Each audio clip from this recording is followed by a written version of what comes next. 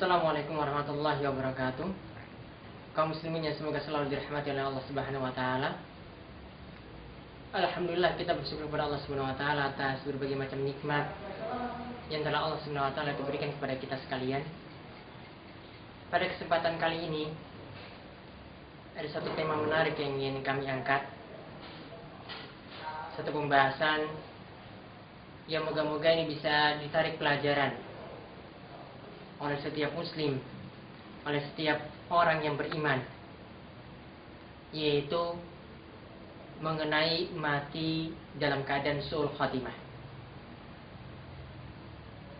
Kita semua pasti menginginkan keadaan di akhir hidup kita itu adalah dalam keadaan yang baik, dalam keadaan husnul khatimah.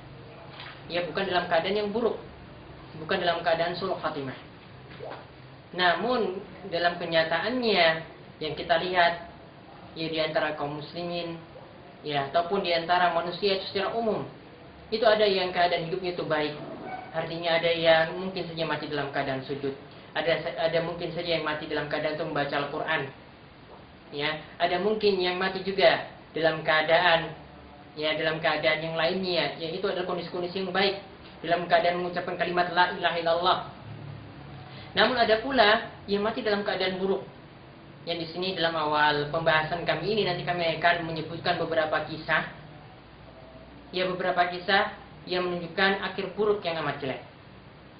Akhir buruk yang amat jelek di sini ya karena di antara sebabnya mereka terlalu sibuk dengan kehidupan dunia. Mereka terlalu sibuk dengan aktivitas dunia yang mereka geluti setiap harinya. Di antara kisahnya misalnya, ya di antara kisahnya itu adalah kisah seorang yang dia ini setiap harinya itu sibuk dengan berdagang. Ya, dia ini adalah seorang pedagang kain. Ya, biasanya ketika dia itu berdagang, ya dia katakan pada pembeli, ya ini kain baru, dan seterusnya. Ini kain baru, dan seterusnya. Ini harganya murah, ini harganya murah. Maka karena aktivitasnya itu setiap hari seperti ini, dan itu dia dalam kesehariannya itu sering berpaling dari Allah Subhanahu wa taala, ya, melupakan Allah Subhanahu wa taala, melupakan kewajiban-kewajiban yang Allah Subhanahu wa taala itu wajibkan. Akhirnya keadaan akhir hidupnya itu seperti apa?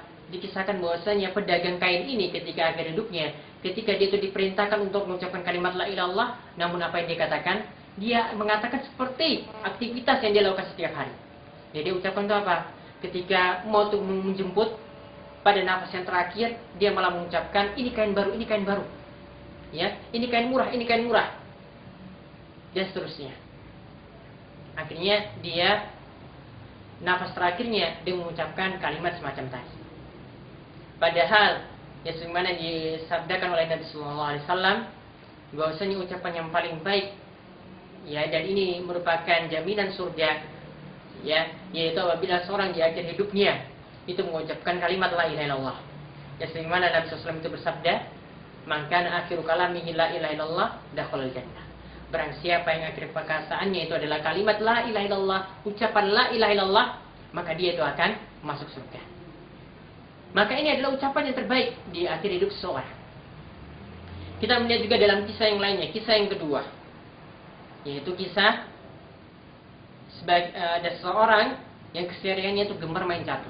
Ya mungkin kesibukannya tiap hari ya sukanya itu skak, ster dan seterusnya. Apa yang diucapkan di akhir hidupnya? Karena kesehariannya seperti itu, dia juga mungkin sering melalaikan perintah-perintah Allah Subhanahu wa taala. Ya, kewajiban sholat mungkin dia sering tinggalkan. Kesehariannya seperti itu, mungkin ada panggilan azan juga dia tidak peduli, malah dia sibuk dengan kegiatan caturnya tadi. Maka apa yang diucapkan di akhir hidupnya, yaitu di akhir sakaratul mautnya, yaitu dia masih mengucapkan kalimat skak. Ketika diperintahkan untuk mengucapkan kalimat la ilaha illallah, ya kalimat la ilaha illallah, apa yang diucapkan? Dia malah ucapkan, ya ketika akhir hidupnya dia ucapkan skak, lalu dia meninggal dunia, ya lalu dia meninggal dunia ketika itu. Dia tidak mengucapkan apa? Kalimat la ilaha illallah. Wallahu musta'an. Ya ini ya akhir hidup seorang yang juga sibuk dengan dunianya, yaitu dengan aktivitas main catur.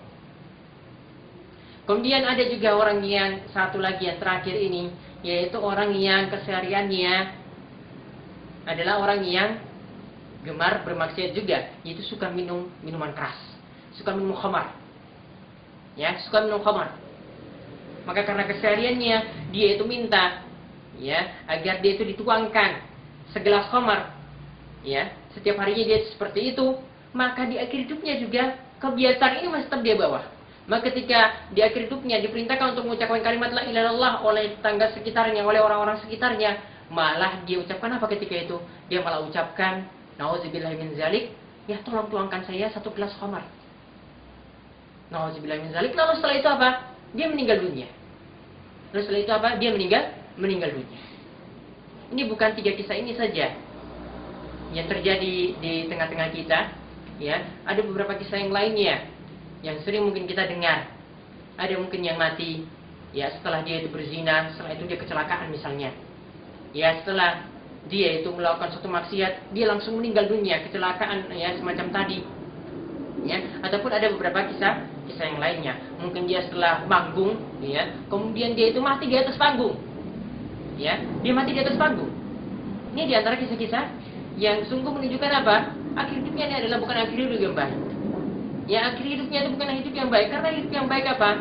Akhir hidupnya itu adalah akhir hidup dengan diisi dengan ibadah, dengan sujud tadi misalnya. Orang yang mati dalam keadaan sujudnya ini suatu kondisi yang sangat amat mulia. Atau selepas sholat malam dia itu meninggal dunia, masya Allah, ini adalah kondisi yang amat mulia sekali.